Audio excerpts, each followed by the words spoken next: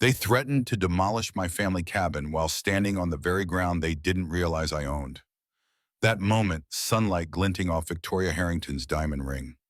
Her lips curled into an expression of disgust, as if even the air around my porch offended her would mark the beginning of a war she never imagined she'd lose. Mr. Foster. She began with a theatrical scorn of someone used to being obeyed. Your IOR is ruining our $1 million view. She said it like a curse, her tone sharpened by entitlement and Botox. But the irony, she was trespassing, her polished heels grinding into soil passed down through generations of my bloodline. And she had no idea that not only did I own this cabin, but I also legally owned the lake she posed beside in her glossy HOA pamphlets. And the only parking lot where her board's parade of black SUVs now sat like overfed cattle waiting for slaughter. But that truth hadn't been revealed yet. Not fully. Not then. I'd only returned to the cabin 3 days prior, after spending 3 years trudging through jungles and forgotten marshes in South America, cataloging endangered species, sleeping in hammocks surrounded by howler monkeys and mosquitoes that drank like vampires. I'd been funded to document ecological collapse, but somewhere in between the flooded rivers and whispers of species no one believed existed, I'd lost the sound of my own breath. The cabin at Osprey Lake was my cure. It had been my grandfather's sanctuary, his obsession, and, as his will stated, now mine. He'd left me a crumbling wooden box filled with leather-bound journals and old maps, the kind that smelled of ink and smoke, and a note, almost an afterthought, written in his uneven scrawl: when the birds return, open the safe. At the time, I didn't understand it. I assumed it was sentimental gibberish, a metaphor for letting go or some cryptic inside joke from a man who spent more time talking to loons than humans. But now, after seeing the birds, yes, those birds, I understood it might be literal. I'd set up my old binoculars and camera tripods along the shoreline that morning, fingers trembling slightly as I adjusted the focus and caught a flicker of copper and gold through the trees.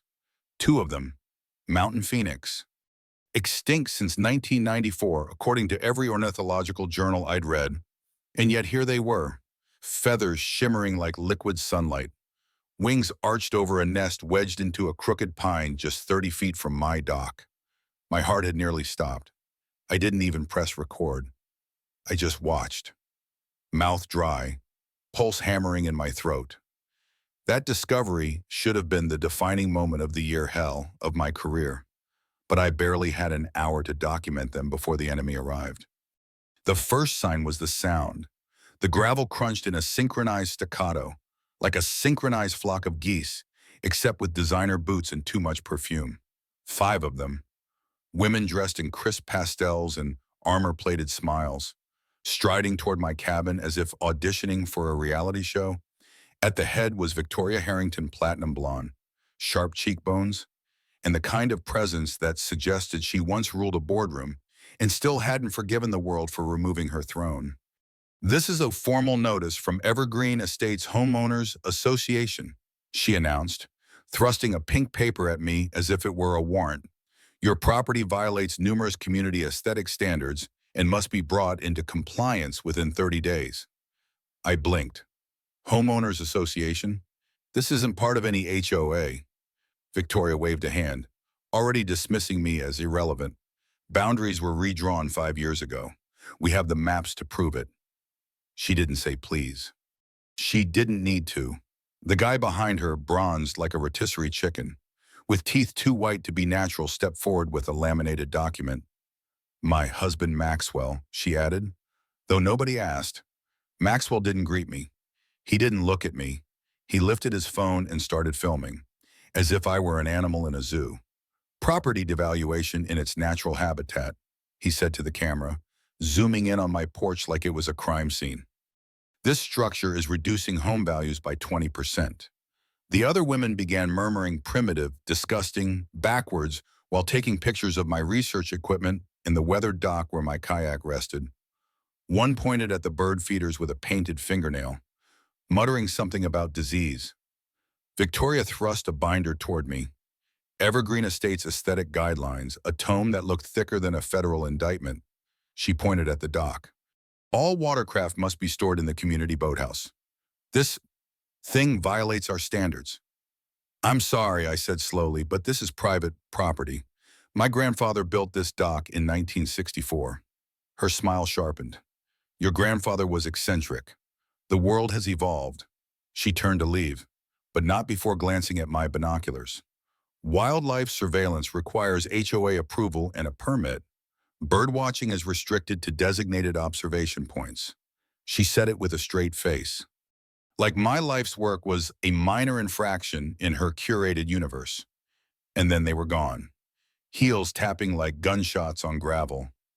I stood frozen, still gripping the notice. The lake shimmered behind me. A phoenix bird flew across the tree line, its wings slicing the air.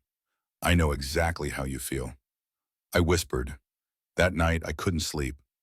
I kept seeing their faces, Victoria's condescension, Maxwell's camera lens like a weapon, the muttered insults. It wasn't just the HOA. It was what they represented, the entitled invasion of a wild place. I'd come back for peace, for solitude. But they were turning my sanctuary into a subdivision. And then I remembered the note, when the birds returned. Open the safe. I tore through the cabin like a madman. Floorboards, walls, furniture. I checked everything. Hours passed. Nothing. Finally, so, just after 3 a.m., I noticed a seam in the hearth, one rock slightly off kilter. My fingers scraped against it, nails cracking, and then it moved. Behind it was a small compartment, a safe, dusty and mechanical. I tried one combination my birthday. It clicked.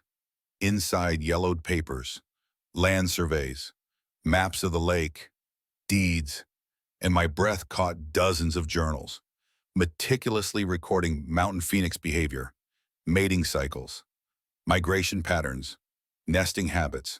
My grandfather hadn't just known about them, he'd discovered them, hidden them, protected them.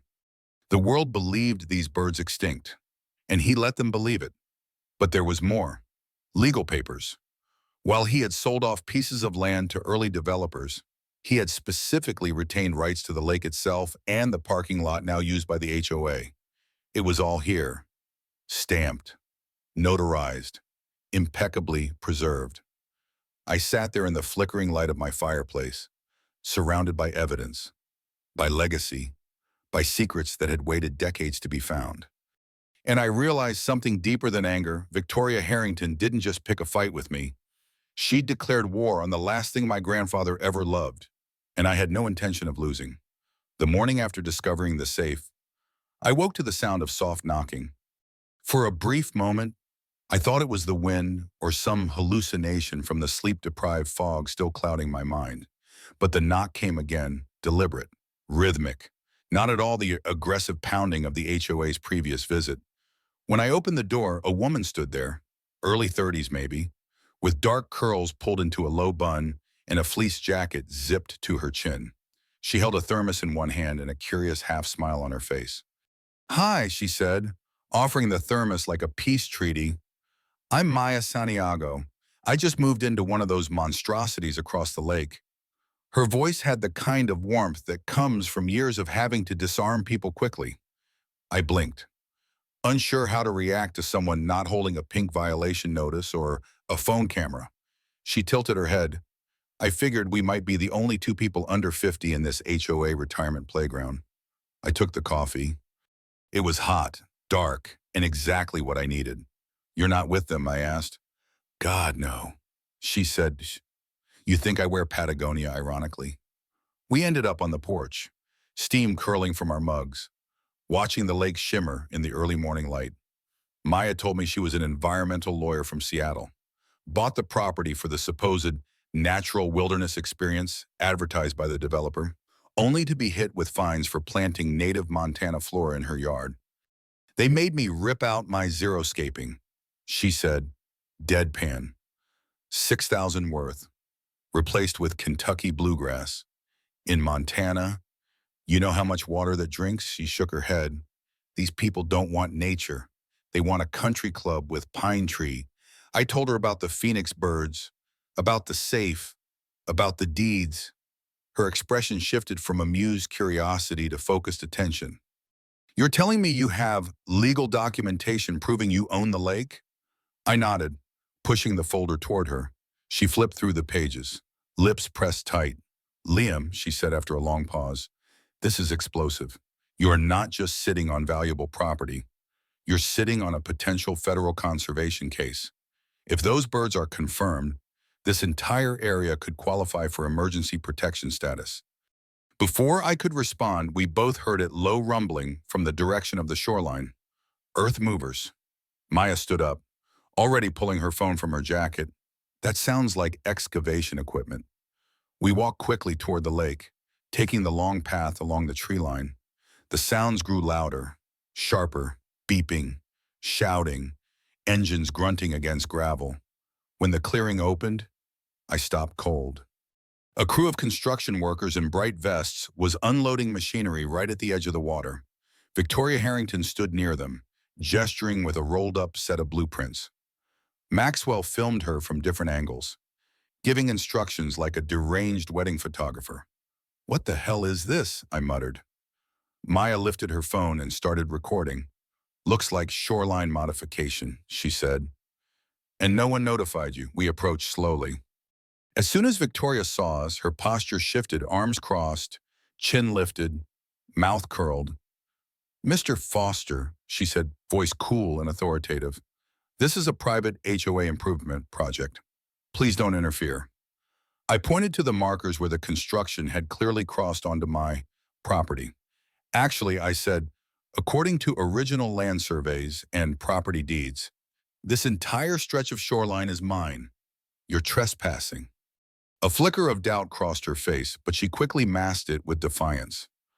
"Our records indicate otherwise. This is a board-approved beautification initiative. We're adding a community beach and dock area for resident use." Maxwell stepped closer, phone in hand, recording everything. Local hermit confronts progress. He narrated, panning across my face with a sneer. Perhaps he just doesn't like people enjoying the lake. My fists clenched. Maya touched my arm gently. "Let me try." She stepped forward, polite but firm. "Can we see the permits for this work? Shoreline construction typically requires approval from the Environmental Protection Division, especially in habitats with documented wildlife." Victoria's expression twitched. "All necessary permissions are on file at the HOA office," she said. "Miss Santiago," Maya replied smoothly, "environmental attorney. That shoreline supports an endangered species.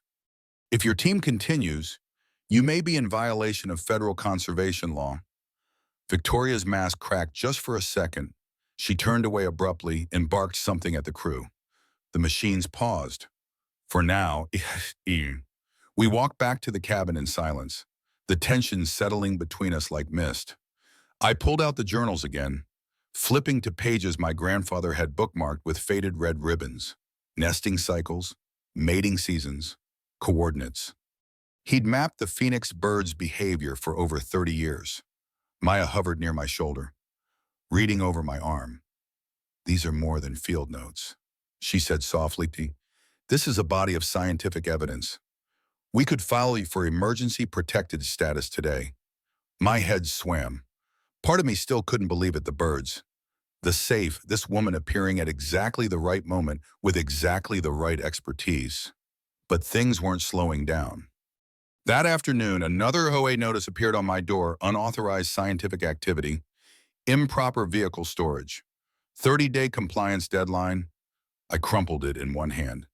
Maya called a friend at the state environmental office. Walter, the retired judge and friend of my grandfather, offered to review the deed documents for legal reinforcement. It was like forming a war council, each of us pulling from different corners of truth, legacy, and law.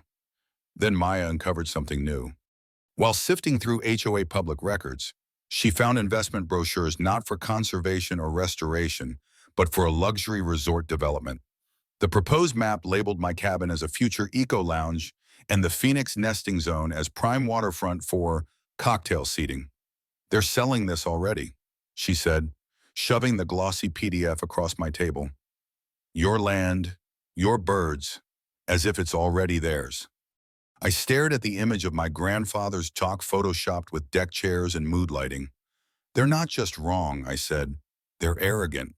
They think they're untouchable. That night, Victoria hosted a private HOA board meeting at the Lakeside Clubhouse. Maya suggested we crash it. She borrowed a dress from a neighbor. I combed my beard and tried not to look like an off-grid lunatic. We arrived as Victoria was presenting a slideshow renderings of the new beach area.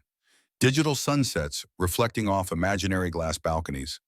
We've faced some resistance, she said into the microphone, but the board is confident that this vision represents the best future for evergreen estates.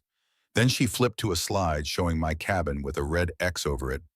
This outdated structure poses safety hazards and aesthetic disruption. She continued, plans are underway for responsible removal. Maya stood up. Excuse me, she said loudly. Heads turned. I have two questions. One, do the residents know the lake isn't HOA property? And two, how do you justify this development plan when you're marketing claims to protect the natural landscape? A murmur rippled through the crowd. Victoria faltered, then recovered. These are outrageous claims, she said. The lake is part of our registered community boundaries. Walter entered just then, calmly holding up a folder. Actually, he said, James Foster never transferred title to the lake or the lot used for parking. The HOA has no legal claim, and their 30-year use agreement expires in 90 days. Chaos erupted, voices overlapping. A man shouted, You mean we've been trespassing? Victoria tried to regain control, but her tone cracked. This meeting is adjourned. She snapped, slamming her binder shut. Maya leaned in close and whispered, This just became public. Outside, in the parking lot, my parking lot, I looked up at the lake, moonlight breaking across the water, and whispered to the invisible birds, We're just getting started. The following morning that brought the kind of silence that felt deceptive, like the earth itself was holding its breath. I stood on the porch watching the mist rise from the lake, sipping coffee that had long since gone cold, the acrid bitterness grounding me. The clubhouse meeting had shattered something inside the HOA's carefully polished illusion, but I knew better than to believe it was over. Victoria wasn't the type to retreat just because truth walked into a room. If anything, her ego would demand escalation, and she hadn't disappointed. When I walked down the trail toward my kayak, I saw it, the phoenix nest closest to shore, gone. Not just disturbed, erased. The branches that once cradled new life were scattered, crushed into the mud like litter after a storm. I froze, the camera around my neck suddenly feeling useless. I crouched beside the remnants, breathing slowly, trying to convince myself this was an accident, that maybe a raccoon or an eagle had gotten too curious. But then I saw the tire tracks. Deep, deliberate. A small ATV had passed through this exact patch, leaving behind both destruction and intent. I snapped photos, heart pounding, stomach sick. These birds had survived decades of silence, of secrecy. Now they were being exterminated not by hunters or climate, but by bureaucratic greed. I called Maya immediately. Her voice on the other end was tight. They're testing the perimeter, she said, seeing how far they can go without backlash. It's intimidation wrapped in plausible deniability. She told me to document everything and meet her at Walter's house within the hour. I arrived to find them both already at work. Walter's living room had transformed into something between a legal war room and a historian's den folders. Survey maps, grandfather's journal spread across every surface. Maya pulled me aside, holding up her phone. We need to move faster, she said. I got a call from a contact in the Environmental Protection Division. They've reviewed the initial filing and agreed the case for emergency status is strong, but they need more time-stamped evidence of active nesting and clear documentation of habitat destruction. I handed her my camera, showing the photos I'd just taken. Her jaw tightened. This is good, but we need a smoking gun. That phrase stuck with me as I drove back to the cabin. Smoking gun. It wasn't just about proving the birds were there, it was about proving someone was deliberately trying to erase them. That afternoon, Maya and I installed motion-activated wildlife cameras at key nesting sites around the lake. We placed them high, camouflaged within branches, and angled toward the shorelines that had seen the most activity. As the sun dipped below the treetops, she stayed behind to secure one last camera while I returned to the cabin to prep our findings for submission. I didn't make it 50 feet up the trail before I noticed something new: small orange flags planted in the dirt. Survey markers. They lined the path like breadcrumbs, ending in a spray-painted X directly over the cabin's crawlspace entrance. I crouched to examine one. The tags were dated that morning. I stood, fury boiling beneath my ribs, and stormed inside to check the front door. Another notice. Emergency demolition inspection scheduled for the following week. Stamped by a county inspector I didn't recognize. Maya returned just as I was reviewing the document, her hair windblown, eyes sharp. I held it out to her. Recognize this name. She studied it for a long moment, then shook her head. No, but it doesn't match the official directory. Her fingers flew across her phone, searching through the database. And here, got it. The listed inspector retired 3 years ago. She looked up. This is a forgery. We drove straight to Walter's. He took one look at the document and frowned. That's Maxwell's handwriting, he muttered, pulling out an old HOA sign-in sheet and placing them side by side. See that loop on the capital R? Same flourish. The guy's not even smart enough to disguise it. He picked up the phone and began dialing the sheriff's office. Forgery, fraud, trespassing. This is getting criminal. What happened next unfolded so quickly it felt orchestrated. By dawn, local deputies had begun a quiet inquiry into the demolition order. Meanwhile, Maya and I drove into town to file updated habitat evidence at the environmental office. We were walking back to the truck when her phone buzzed with a message. She read it, went pale, and handed it to me. A video. Maxwell again, broadcasting live from their front yard, standing in front of a custom backdrop labeled Osprey Lake Preservation Lies. He called us eco-terrorists. Claimed we were using fake birds and forged documents to halt progress. These extremists are trying to destroy our community, he said solemnly to the camera.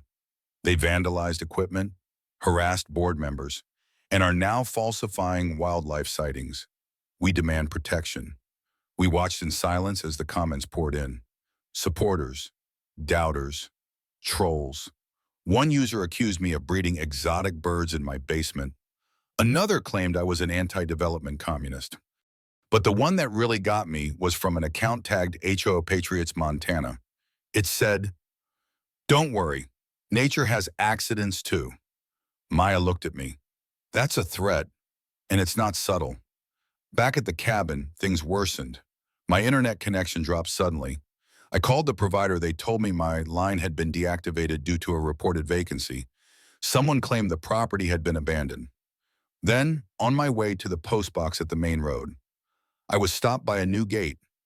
Freshly installed. Evergreen Estates private access. Residents only. The man in the guard booth, maybe in his 60s, looked apologetic when I explained who I was. Miss Harrington said that place was condemned, he muttered, glancing over his shoulder. Said no one lived there anymore. I drove back in silence. My inbox was filling with messages, some supportive, most curious, and a few outright threatening. That night, as Maya and I reviewed footage from the wildlife cams, something caught our attention. One of the cameras near the eastern shoreline had been knocked sideways. But just before it fell, the footage showed headlights, then silhouettes, then a tanker truck backing toward the water. We stared at each other. No, she whispered. We grabbed gear and sprinted through the woods, breathless and terrified. When we reached the site, the air burned our nostrils. A slick sheen coated the water near the edge. Fish floated belly up. The remaining nest we'd seen only yesterday was now abandoned, the twigs damp and half submerged. Maya called emergency services, her voice calm but clipped. I took photos, collected samples in plastic containers, recorded videos from every angle. Walter arrived 20 minutes later with 2 deputies in tow. The officers didn't speak much. They just nodded grimly and marked the area with yellow tape. This is beyond a civil matter now. One said, oh, this is criminal contamination. The sheriff's office launched a formal investigation. County hazmat teams arrived by dawn. News crews followed. I gave an interview, trying to keep my voice level while my hands shook behind the mic. This isn't just about birds. I said, it's about legacy. It's about truth. And it's about stopping people who think money makes them untouchable. As the cleanup began, more residents showed up quietly at first, watching from the trees. Then a few approached, asking questions. A man offered bottled water. A woman helped gather debris. Something shifted.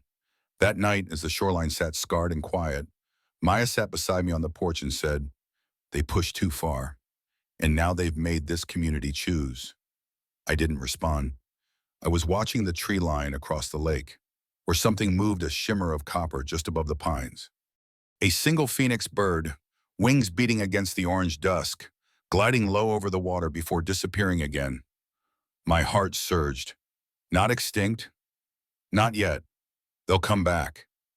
Maya whispered, if we give them reason to trust this place again. I nodded slowly. Then we start now. The morning after the chemical spill, the lake wore a silence that didn't belong in nature. It was the kind of silence that hovered between mourning and fear, as if even the trees were unsure whether to exhale.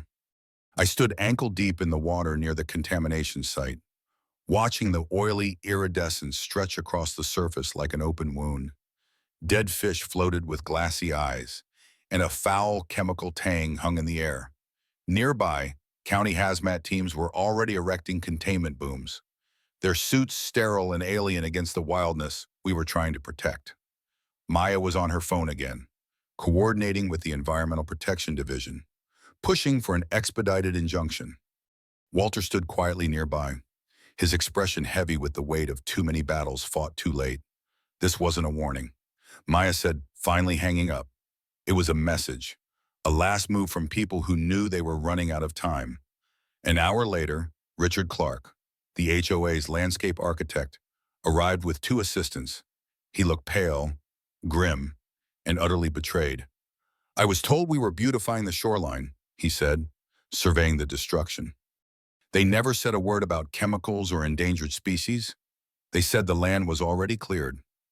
He crouched near the edge of the damage, running a gloved finger through the slick and examining the water. This isn't runoff. This is deliberate dumping. Someone pumped it directly into the lake. He stood, jaw clenched. You need to let me help. I nodded. There was no room left for suspicion. The lake didn't care who used to serve on what committee. It only cared who would protect it now. That afternoon, we held an emergency town meeting at the clubhouse. Victoria and Maxwell were noticeably absent, their seats on the HOA board left pointedly empty. For the first time, the residents gathered without curated presentations or hors d'oeuvres. No champagne, no realtors, just folding chairs, printed emails, photographs of destruction, and outrage that no longer whispered behind closed doors. Maya presented the latest updates with calm precision, explaining the legal implications of environmental sabotage. Walter backed her up with documented proof of land ownership, historical surveys, and the expired usage agreement that had allowed the HOA to operate on Foster property all these years. The trust James Foster created, Walter explained, was never meant to exclude this community. It was meant to preserve this place so it could be shared, not sold. And what's happened now, this vandalism, this destruction, violates every principle of that vision. Dorothy Wilson, the HOA secretary, rose hesitantly from her chair.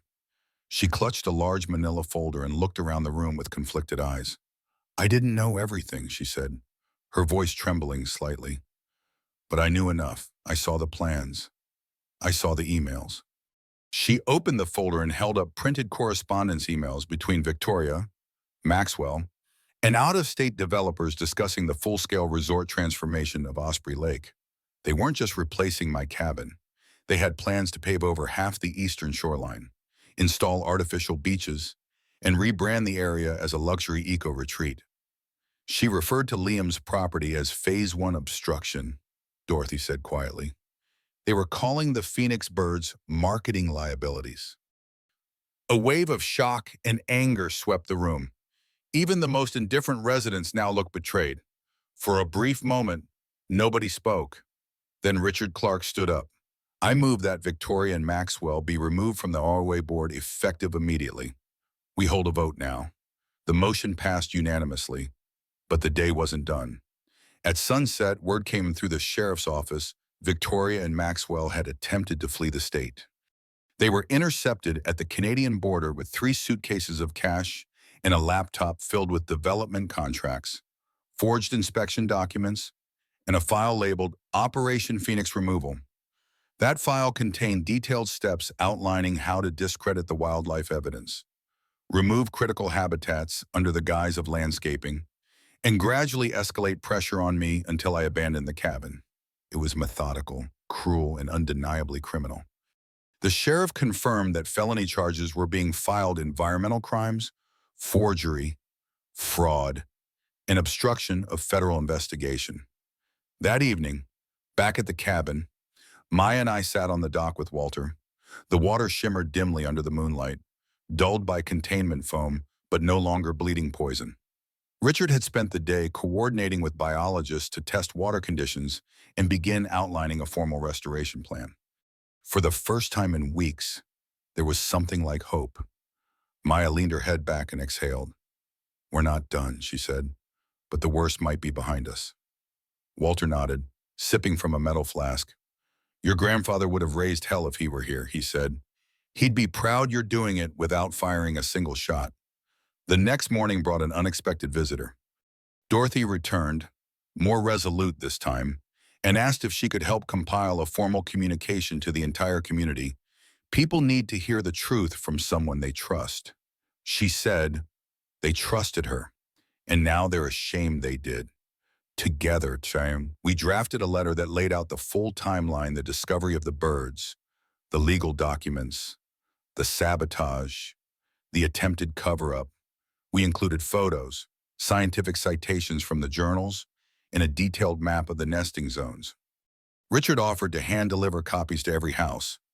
They'll believe it when it's not just coming from you, he said, and they'll act if they realize it's their responsibility too. By the weekend, the community had transformed. Residents who had previously complained about native plants now volunteered to remove invasive landscaping. The HOA, under interim leadership, approved a complete moratorium on shoreline development. And most remarkably, several homeowners began showing up with binoculars not to spy, but to truly look for the birds. One elderly couple said they lived near the lake for 20 years and had never once thought to listen for different bird calls. Now we sit outside every morning, they said, waiting, just in case they come back. That night, as rain threatened in the distance, something strange happened.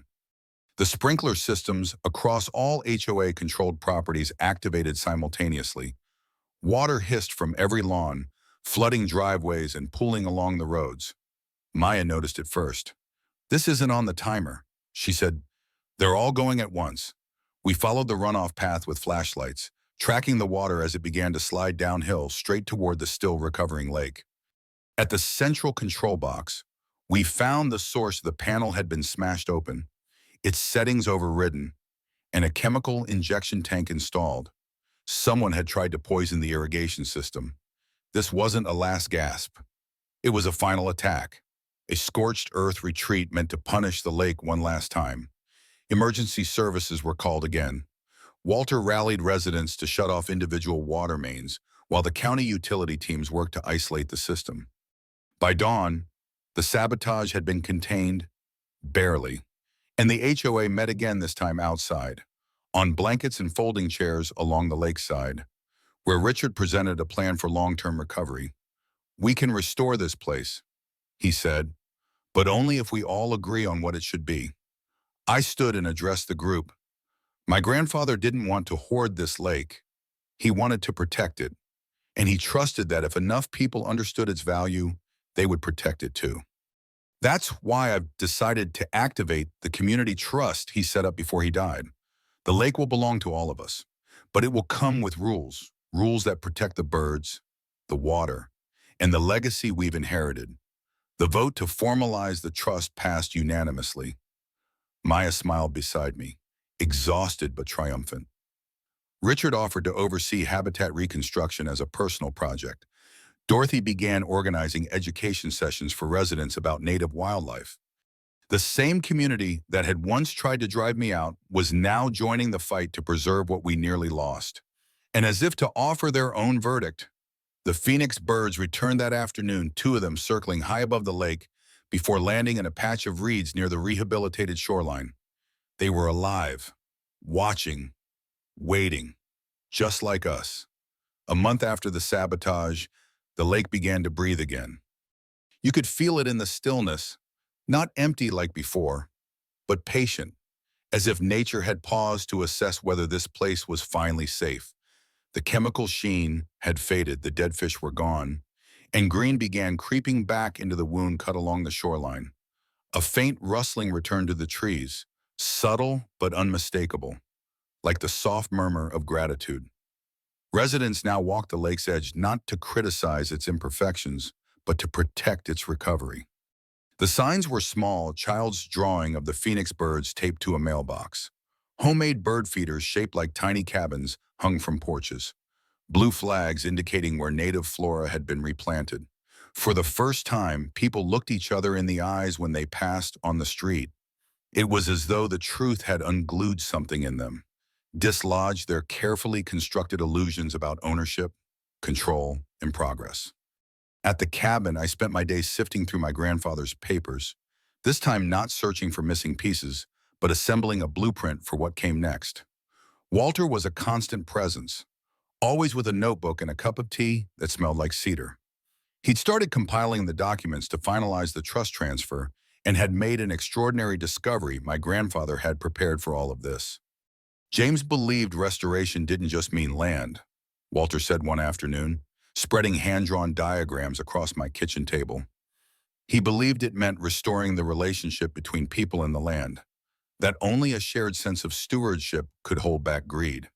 In one document dated nearly 20 years ago, my grandfather outlined a three-phase transition plan in the event of environmental endangerment. If the lake survived, ownership would be passed to a conservation trust governed by a joint committee of scientists and community members. His faith wasn't in courts or policy, it was in people. People who had bled for something, who had seen what it cost to almost lose it. He played the long game, Walter muttered, half in awe. He saw the checkmate before anyone knew a match had begun. At the same time, the HOA had been reborn. Richard Clark, now officially acting president, led the board with transparency and urgency. Dorothy continued as secretary, but had added a new title to her name, community historian.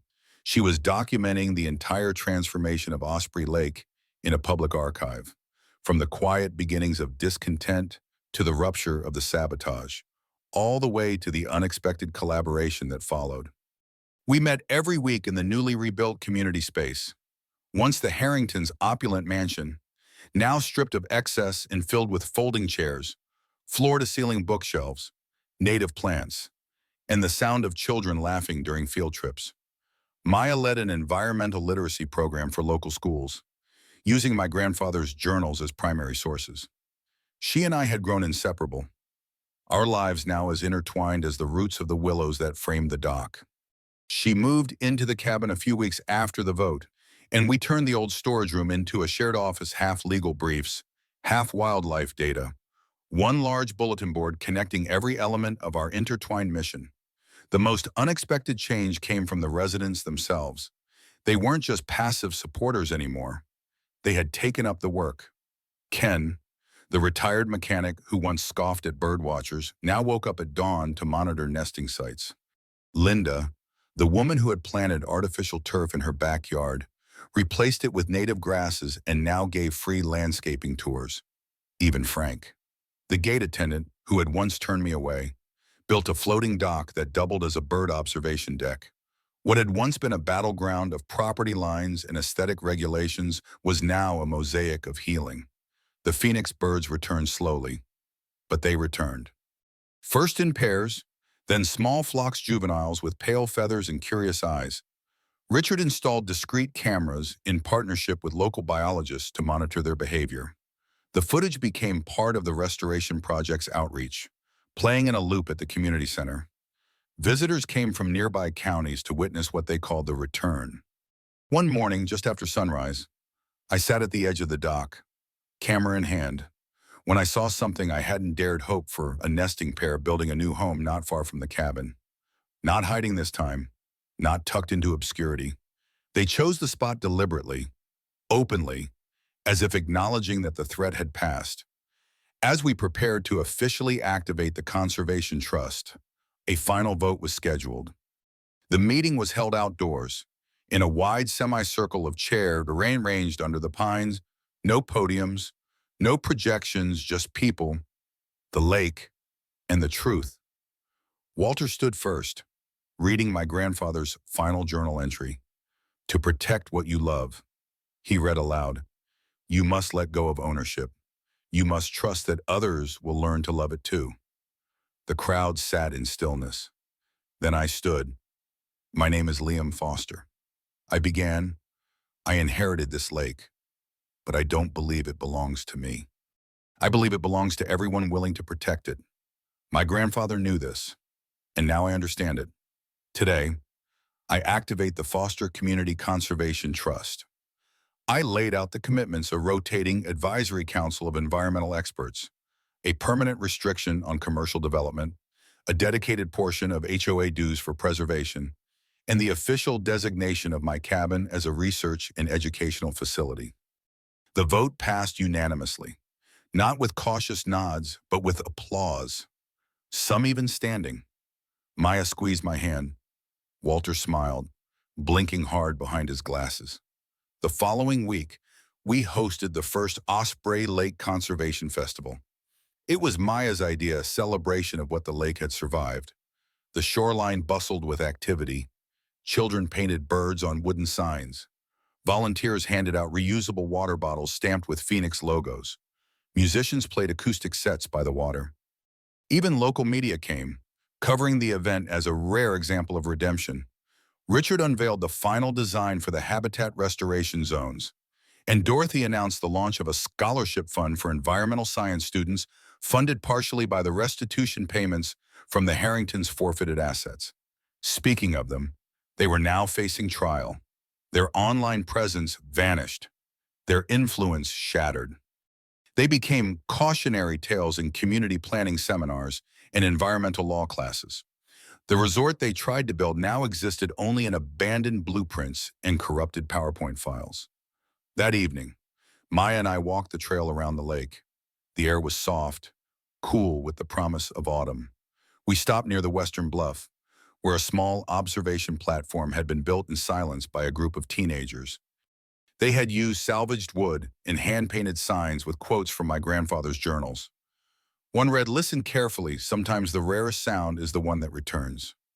We sat there as the sun dipped below the horizon, casting the lake in a molten gold that shimmered like the feathers of the birds now gliding just above the water. "Do you think we've done enough?" I asked quietly. Maya took a long breath. "We've done in what we can, and we're still here. That's the difference." I nodded, watching as one of the birds dipped into the water and emerged with a flash of silver in its beak. Not an ending, not a victory, just a new beginning born from everything that tried to destroy it. The real legacy wasn't in the documents or the deeds. It was in the fact that the birds came back, and so did we.